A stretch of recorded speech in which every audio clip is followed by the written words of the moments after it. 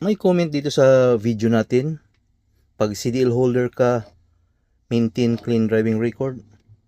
At sabi dito sa California Idol, pag nagkaroon ka ng moving violation tulad ng speeding or cellphone destructive driving, ay pwedeng mawala yan violation points to through school seminar.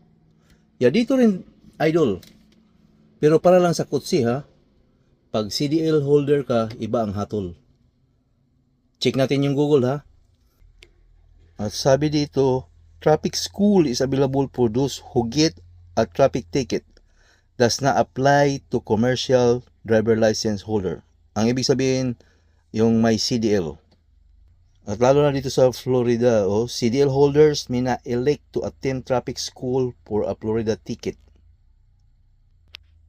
At pag may DUI ka, once you have a DUI conviction,